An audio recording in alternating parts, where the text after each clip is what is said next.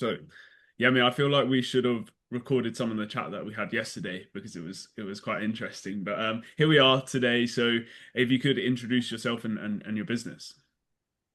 Sure, Cormac, thank you for the invite. Good to be here. So, as you know, my name is Yemi Oluseun. I'm the founder of the Change Hive. We at the Change Hive, we partner with B2B service businesses to help them grow with retention-led strategies. Is that what you wanted to know? Yeah, Did you want? perfect. Yeah, perfect. And how did you? What was your journey into being at this stage? Sure. So I studied computer science undergrad, masters, then started my career working for JP Morgan undergrad program, and eventually Barclays and a few other large investment banks. So I've had a long career doing large transformation programs, international complex type change. In the course of my career, I did an MBA at LBS, and it made me think, hey, I really would like to work. I've always wanted to work with small businesses, but I just could not work out how my investment banking skill set was relevant to any small business. But both my parents are entrepreneurs. I come from a long line of entrepreneurs. My grandparents, everybody has always had their own business. So I have a very high regard for entrepreneurship. So I was thinking, I'm not sure how my skills would be relevant to an entrepreneur. I'm not a Richard Branson. Why Yeah. would they want to listen to me, little old me? Um, so I just didn't know what to do. And I was just kind of hanging. So I thought to myself, thankfully, the pandemic happened. Actually, that's what happened. The pandemic happened. And I thought to myself, okay, this is perfect. When you don't know what to do, the next best thing is to hang out with people that seem to know what they're doing, right? And hopefully, the idea would magically jump on you. And that's what I did. So I started hanging around with a lot of startup founders and small business owners. So I did a lot of pro bono work Hmm. for Founders Institute, Techstars. I also then did some work with the UK government with the Help to Grow program. And over time, I realized that, hold on, I keep the, I keep getting asked very similar questions around growth and Mm, go to market. And then it dawned on me, oh my God, what I've been doing for investment banks that I call digital transformation or yeah. business transformation, really in small business land is growth and go to market consulting, because that's really the outcome Mm, that I achieved for these investment banks. Because the goal was to come in, understand processes front to back. Usually there's a whole lot of chaos and mess. You just get like this messy spaghetti, and your job is to find the through line yeah. that connects everybody together and also galvanize people and keep them enthused about the change and keep Mm, them moving in the direction of where we want to go. So the same skill sets, like, oh, that's what I do in investment banks. That's really what I'm offering to small business. That's yeah. kind of how it started, right? So I Mm, started then saying, okay, so my specialty within this space is growth mm, and go to market. So I did a lot of consulting work around that. And at my peak, I was talking to about 12 founders at least every week globally. nice. I'm Okay. doing office hours with them. So it was good. I feel like it was one of the heights of my entrepreneurship career because you get the reps in really, really quickly. And So I was what doing year was general this? Sorry, what? 2023, about 2 years ago. So Okay. fairly recent. Yeah, perfect. So so get the reps in really, really quickly because I'm on the phone, like, and they literally would just kind of book the call. And my job was to figure out, in the jumble that they threw at me, is like, yeah, this is all because it was for them it was a bit cathartic and also quite therapeutic. It's like, I'm just gonna dump on you and tell you everything. You figure it out. Tell me what I need to know. And I loved it. It was great because on one call you're talking to like a deep tech person, then you're talking to fintech, then you're talking to a retail B2B person, and it was just like a Yeah. whole mishmash, and it was great. So did that, and I was initially so I did that for long enough. I then thought, no, for sure, I feel like I've got what it takes to help small businesses, and then Mm, also I was working with medium-sized businesses with the Help to Grow program as well. okay. Um, so I did that for a while, and then I was just doing generic growth consulting. Mm, I didn't quite like that because it felt very undifferentiated. I was just like just any other growth person. And I thought there has to be a better way because ultimately there's only really three ways to grow your business, right? Formax. So you can either grow by getting more customers, or you can increase your prices and hopefully be able to justify it, right? And then the third one being around customer retention. hmm. The third one really appealed to me because it really fed into everything that I've basically worked on my entire Yeah. career. And more importantly, for the business owner, I feel like retention is the sweet spot. Like it's very rare that you get a strategy that hits many objectives in one goal. And that's Mm, what retention does. So with retention, we show our clients, number one, how to deepen the relationships that they have with their existing customer base Hmm. so that they can increase the lifetime value of each individual client. So they get more money, so more cash flow in the short term. And then in the mid to long term, we show them how to tell better stories of the transformation that they achieve for their clients Mm. so that they can attract new business with ease and have like a shorter sales conversion cycle. Because any customer is like how we are on Amazon. When you go on Amazon, what do? You search for the product and you go highest rating. And provided the highest rating one doesn't look weird, you buy that one. You're not trying to go to page 3 or page 4 to Mm. see what next is there. Same thing with any kind of customers is how can you get better quality reviews and case studies so you can attract new business in a shorter time? And then finally, we show them how to get their best customers to become vocal advocates for their business. So, how Mm. to get the best customers to refer warm leads to them so that they have a whole lot of people coming through the door organically and grow. So, with retention, you essentially hit those three levers in one swoop, right? You get more customers that are warm, that already know, like, and trust you through their friends. Yeah. You can potentially increase your prices and justify it as well because you have better reviews and better case studies. Hmm. And also, you're delighting your existing customers. And I think in this AI world where everything is so automated and very impersonal, if you're able to really deepen that relationship, you will not only do well with the customer, they'll be so vocal and wanting to share your work. Hopefully, that answers your question. Yeah, definitely. No, it's good to see the journey, and we said yesterday about how we both had that middle ground of where we were like growth consultant, growth specialists to everything in the market, Yeah. and that was there's a lot of challenges that come around that because it's very messy. There's loads of competition. You're not helping a specific thing. So what stage did you realize? Were you still doing the pro bono style work when you realized that actually I need to have a focus, or was it once you were serving people, getting paid, and then made the transition? It was more the latter. So pro bono stuff was done very intensively for about 3 months, like very because I wanted to do like a good customer survey. Because hey, I had something to lose. I had a very good corporate career. I feel like I'll do quite well in corporate. Yeah. So I didn't want. I'm not the sleep on the couch kind of entrepreneur. Sorry, I can't do that. Sleep on the like no. I'm gonna do that. So I wanted to test the idea really quickly and make sure it was definitely something I wanted to do before committing into it, right? So I did it quite intensively for about 3 months, 12 founders every single week, Mm. was the quota. And then 12 different founders as well, not always the same Yeah. people. So it was great variation in that short time. So I then thought, okay, this is great, it's working. Let's go get paid clients. And then Mm. I started doing generic paid consulting. But yeah, I just found that was a bit too much to, first of all, it was harder to sell or to communicate with any clear passion because Mm. I felt was like, I'll help you grow your business. What is that? Like personally, I was like, oh, I'll help you get more customers. Uh, It's like, oh, are you going to help me run Facebook ads? I'm like, no, I'm not going to help you run Facebook ads. I don't want to do that. It's like, oh, I'll help you increase your prices. How? Are you going to help me apply for awards? I'm like, right. So it's a what exactly is the offer that's because again, it goes back to being able to delight the customers by being clear Mm. on what the outcomes are. Because that's where frustration kicks in, right? Is they're not clear on the outcomes and everybody's like they're not happy. Yeah, yeah, definitely. So, and with your delivery now, it's obviously around customer retention, customer retention strategist. So, what?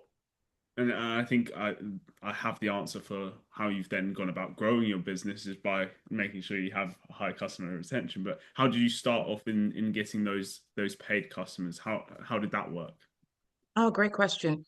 So because I started off doing partnerships, so the pro bono work actually served because it started off very pro bono, but it's actually one of the best ways to grow. And I advise anybody to ask me about like what's the best way to get started. I Mm. think it's by partnerships, right? Is there's already somebody that has the audience that you want, Mm. right? So it's how can you go to that person and offer your services to them either for free or for low cost or for mutually beneficial value Mm. so that they can expose you to their audience and hopefully one of their audience like, oh my God, he's great, she's great, I want to work with her. And you basically borrow trust from somebody else to start your own. And that's kind of how I've started, right? So I keep my partnership model. So I do a lot of webinars, a lot of public speaking, which I love, and I get clients through that.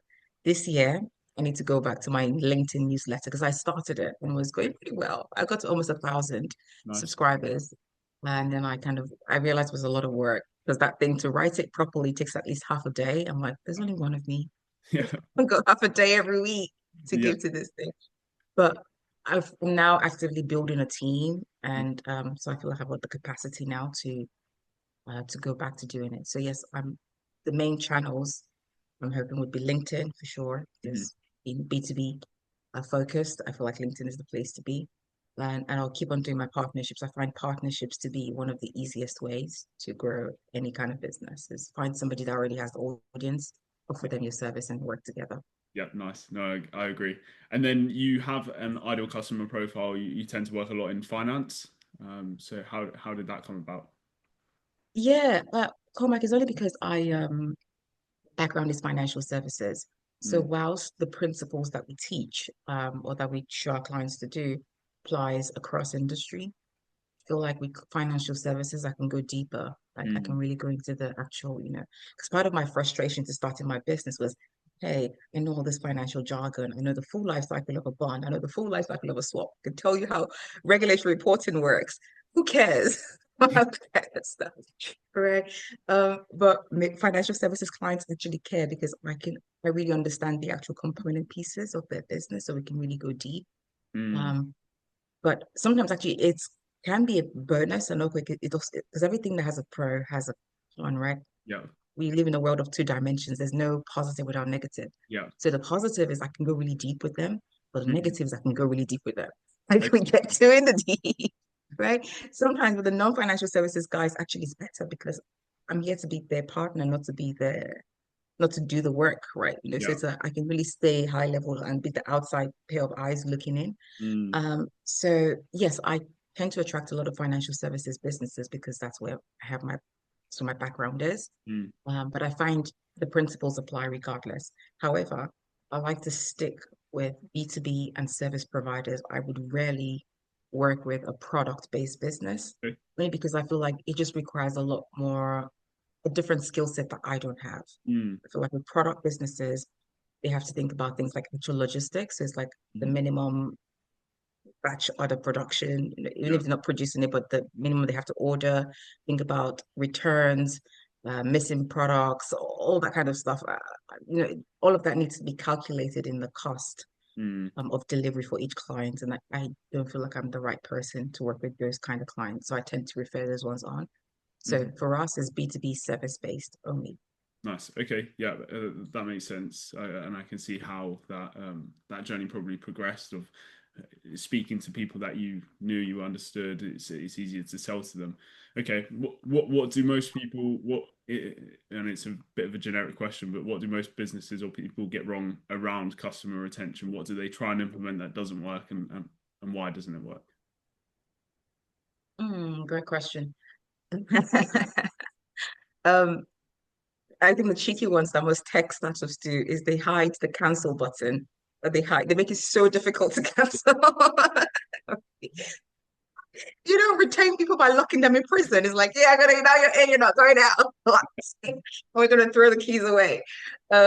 So ideally not, right? Because that just then creates bad PR. It's like, so we're not talking about retention by hiding the cancel button or hiding the terminate buttons. You want to treat them so well, they don't Mm, actually want to go, right? mhm, Because if you think about it, just the way we want to KYC our clients, because your audience is financial services, right? So they know what KYC means, so know your customer exactly. So just the way we go through our due diligence before we onboard a client to make sure we're not working with who we should not be working with. yeah. Clients are doing the same on you. It Mm, costs time, money. It's stressful. So if I find somebody that I already know I like and I potentially trust, I don't want to go somewhere else as long as they don't. There's only two reasons why people would not buy from you, or most people would not buy or keep. mhm, Because take a step back, the law of physics of an object in motion will stay in motion unless it's disrupted. mhm, Same thing with your customers, right? Because they're already in motion now with you. They're already in play. They're already paying. It's like, hey, we're already doing this thing. Let's just keep going. The only time they would stop or there'll be disruption potentially would be if you upset them by not giving them good service, hence why being clear on the outcomes Mm-hmm. is important upfront, or you just stop offering them services where you don't have any upsells or cross sells. You're not keeping them excited or engaged in Mm. the process. So they then get distracted by shiny objects like, ooh, that Yeah. one looks good, you know?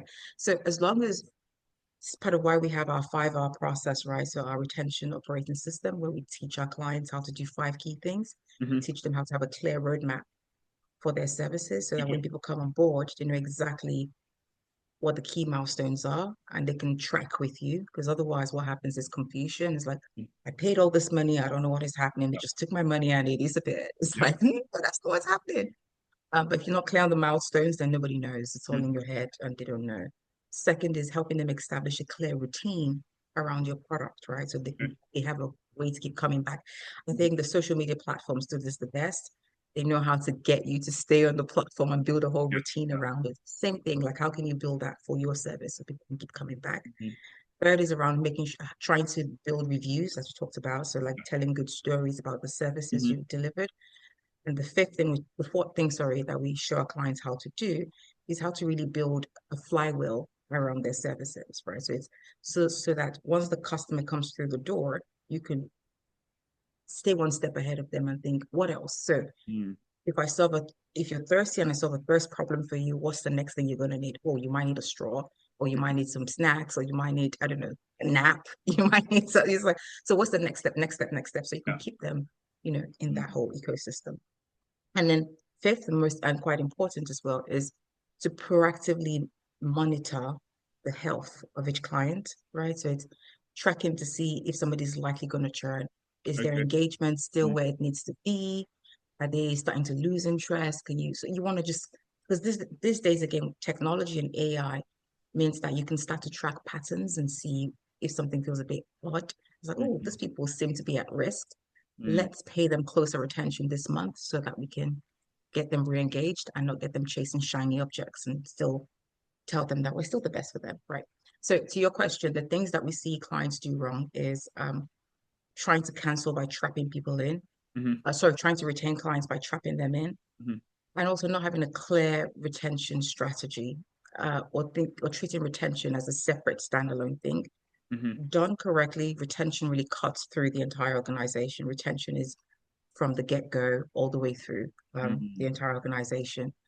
And as I explained earlier, you earn benefits all through. If you do it correctly, you get more customers, better reviews, and also more new, uh, more revenue as well. Yeah, definitely. And I think what's really key in your 5 steps is they're not expensive fixes. So it's not when a lot of people will, especially in the tech space, when it comes to retention, that they say, okay, we've got to improve the product. Like it's the product that we've got to improve loads, and that's usually such an expensive fix. Whereas all of your 5 are more around integrating what you've already got and making sure that it's being used and just keeping on top of it, and then maybe using the feedback loops to improve it, but not just saying, okay, let's just chuck 300 grand at improving this part of the product.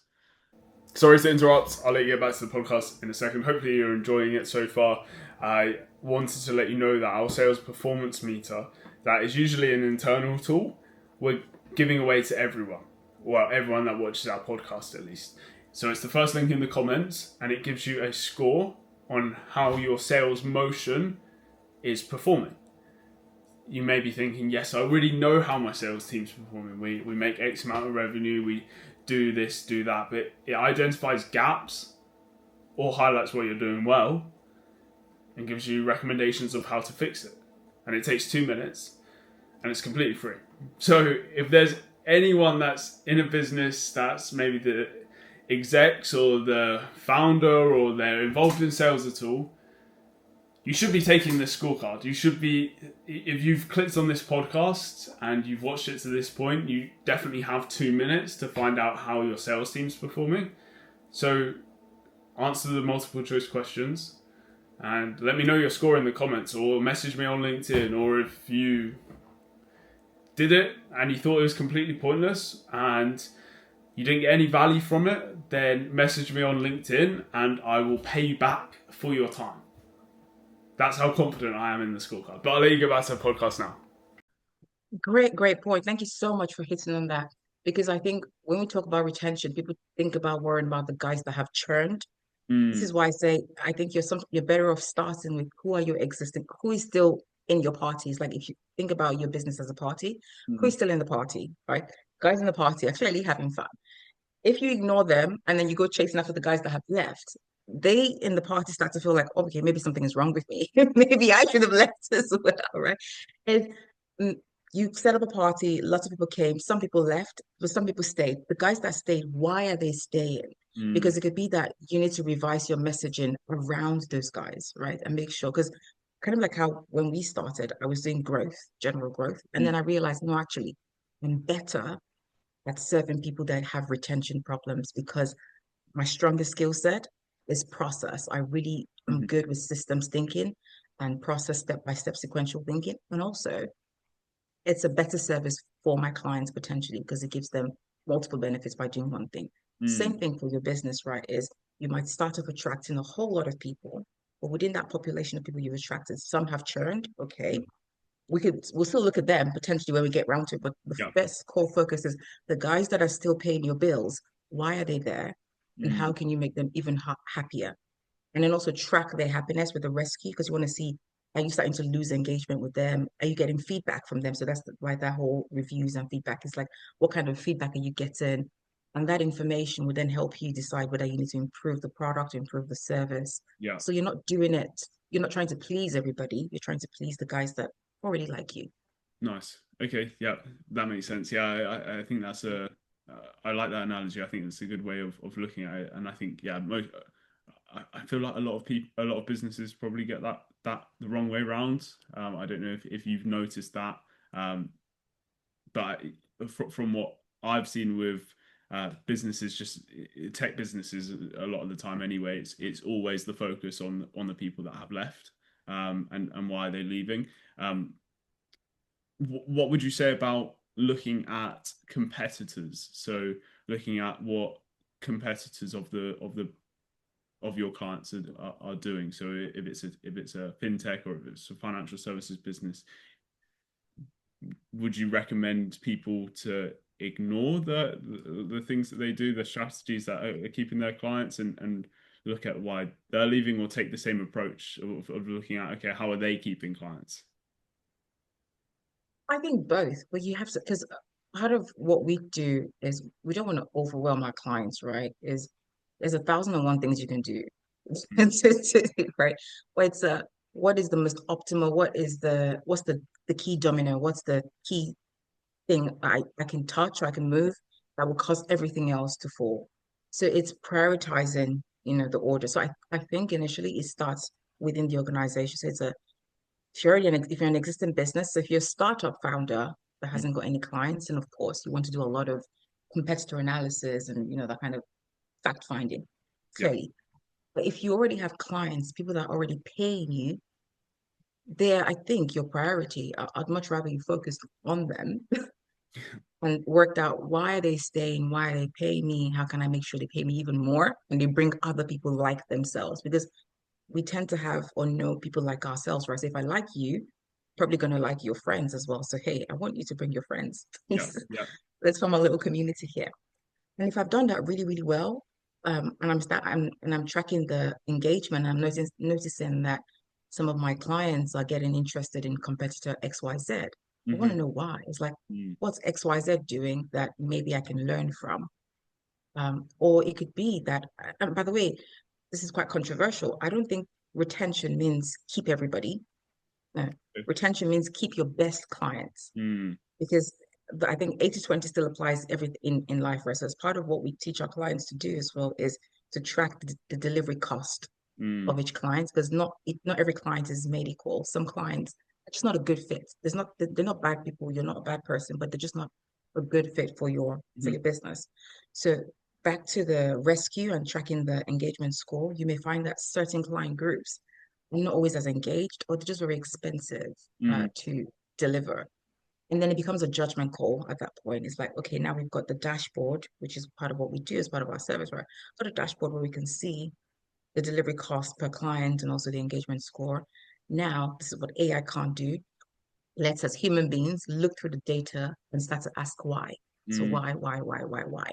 When we know what the whys are, what could a potential solution be? One of the solutions could be, hey, they're just not a good fit for us. hmm. Maybe we should work with them to actually help them go to a competitor Yeah. that could be a better fit and get some commission off the back of it, right? Because then it means that they're happy, we're happy. We don't damage our PR off the back of trying to chase, you know, Mm, a client that's not quite for us. Because again, it goes back to the analogy of you have a party, the party is going really well, but instead of you focusing on the guys that are enjoying the party, you're looking at the guy that's standing at the door yeah. and not dancing. It's like if he's not dancing and he's not happy, he's a Debbie Downer or she's a Debbie Downer. Yeah. Like, we want a Debbie Downers at our party, right? Not because they're bad people. If they're not having fun here, we don't Mm, want to lock the door and throw the keys away. It's like, hey, you're already standing by the door, you're not dancing. If yeah. you stay there for too long, you would drag the energy of everybody else down and it will just ruin the whole party. Mm, I'd much rather talk to you, see if I can help and get you in the party. If I can't, I'll open the door and be like, hey, I'm sorry this was not for you. However, there's a party down the road that might be for you. Let yeah. me take you over there and also I guess I'll get some commission as well from the guy for bringing for bringing somebody to you, right? So that's kind of how we think about it. Yeah. Cool. That makes sense. And what would you say? Because I always find that giving advice is always easier than taking your own advice. So is there anything in your business that you think actually I could improve this for around my retention? Is there anything that yeah.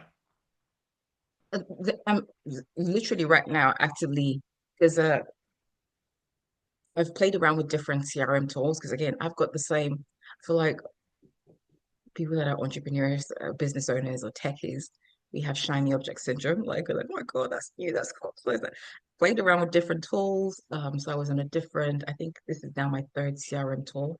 Okay. Um, and but I think I finally found the one that makes sense and that is robust enough that can grow with us. So I'm Nice. actively right now we're building the whole infrastructure for our business so that this is part of what I was saying to you at the start, right? Is I started off, part of why I started my business was to be a bit of a rebel. I didn't want corporate life. I was like, oh, no, I don't want to go back to the office into 9 to 5. I want to be a solopreneur. And I Yeah. did that for a long time, right? So I got to work and travel but now I'm like, hey, I really want to grow. Mm, Um, I want to really build, I don't want to just be a freelancer. I really want to build a business. So I've been actively building infrastructure and systems around the mm, work we do because initially I was doing my work more as an advisor or hmm. as a consultant, but now it's more, hey, listen, it's not the Yemi show anymore. Yeah. Fine. It's the Change Hive, right? It's building a whole robust business around it. So yes, but yeah, fair shout. Yeah, so it's making sure that all the things that I'm telling my clients to do, Yeah. I'm also doing. And part of it as well is diversifying my lead source. So Mm, most of the leads I'm getting are through partnerships, which is great. But I also need to work on my own personal brand. hmm. Hence why LinkedIn needs to get reactivated and Yeah. and doing podcasts like this. This is why when you reached out, I was like, yes, let's do it because Yeah. you're reading my thoughts. I sent out the request and I attracted you. So I'm like, yes, let's do There it. we go. Yeah, perfect. Yeah, so it's like getting it out of your head and onto a system, like getting the everything because you can manage it yourself when it's just you, but then if you're getting other people in, then you need to have the tracking, the ability for other people to have a look at what's working, what's not working with the clients, go through those 5 R's. So okay, that makes sense. And then yeah, I mean the podcast, the LinkedIn, this is how we get a lot of awareness. So it definitely works. Like this is top of funnel for us, and I think there'll be people listening that see the value in what you do, and it's very different to what what we do. We're like Mm, front get help you get those clients, and you're help you keep those clients. So I think there'll be yeah. people that are in the situation where maybe they are not retaining the clients that they should be, or they feel like they're not on top of everything. So I think people should reach out to you and get in touch. So where should people reach out to you on LinkedIn? Yeah, Yeah. thank you so much for that call, Mac. Appreciate the shout out.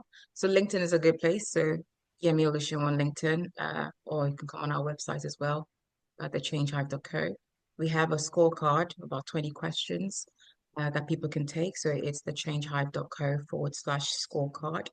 And Cool. it's asked about 20 questions and it would give you a score for each of those 5 items, how well you're doing for Mm, your business. So I invite people to please take those just to see, because again, how we like to work is to prioritize because the goal is you already have a business that you're running. mm, I don't want to make you so you still need to keep running your business, but also make sure that you're building something that's sustainable. mm, So we aim to implement our retention system alongside your business. So it's a what's the what's the most optimal change that we can make that will give us 80% of the results. That's what the scorecard will show. So it's take those 20 questions. You can see across those 5 pillars which one is most pressing for your business. And perfect. then you get a chance to book a call if you want to. Okay, cool. Yeah, I might go through that scorecard as well. I'm curious now to see. So yeah, Please do. I'll check it out. And then yeah, I mean we'll catch up again maybe in 6 months or a year's time. So final thoughts, your plans, your goals. You want to build it out. You want to have more of a team. Take it away from the Yemi show as such. Yeah, absolutely. Yeah, that's what we're doing. So it's actively hiring and growing the team. Really excited actually about it and going back to publishing on LinkedIn regularly and doing more podcasts like this. We're Hmm. also looking to launch our podcast. Nice. I think I was saying this to you, right? So it's all kind of so the idea is the episodes are there. It's just I need to sit my butt down and get a camera and actually just record. Yeah. And that's what I haven't done. So yeah, so I'm excited. I'm looking to do that by Q3. So I should be out. The business of retention is what it's going to be called. So Yeah. check, Perfect. keep an eye out for it. Yeah, definitely. And yeah, we'll do another podcast in a year's time on this, and maybe I can be a guest on your one when it's ready. Yes, I'd love to have you. You could talk about account-based selling Yeah, yeah, because I think perfect. that's such a good idea, right? So knowing your dream 100 clients and actively, because I think in our space, right? Because the fear of AI is real. I don't know if you saw the Google VO videos. So Google now has its own response to ChatGPT's video generation thing, right? Okay. So with Google's version, you actually get sound, right? Okay. Because with ChatGPT's version, it's just like still videos and Yeah. there's no sound. But with Google, you actually have realistic sound. It looks like something that was produced. It's a Okay. top quality studio. So it's getting I'm seeing most big brands that used to spend a lot of money on like high top quality adverts are now doing more user generated type adverts. So you Mm, see HubSpot, for example, will have like normal everyday people yeah. using the tool or United with the mom and the daughter. Mm, So the differentiation now or the real moat is now personalization. So yeah. back in the day was the way to grow was to speed and bamboozle people with so much knowledge. But knowledge is free, speed is free, sexy, glamorous, snazzy videos free as well, or low cost compared to before. So there's going to be a whole lot of them. So the way you can stand out would be to be very personalized in your outreach. So I like your approach of like account-based selling as opposed to spray and pray and hope Yeah. somebody hopefully buys it. It's like no, let's make a clear list of our dream 100 and have a tailored outreach. Yeah. So again, very similar principles apply here. It's just that with us is you already have a party. Let's make that the best party ever, Yeah. Yeah. you Definitely. know, and get them to bring their friends in. So Mm, yeah, yeah. Yeah. Exactly. And yeah, for the analogy, we're just picking the cool people that we want to have at the party. So yeah, I like it. exactly, Cool. exactly. Well, thanks for coming on, Yemi. And yeah, Thank that's you. the pod. Amazing.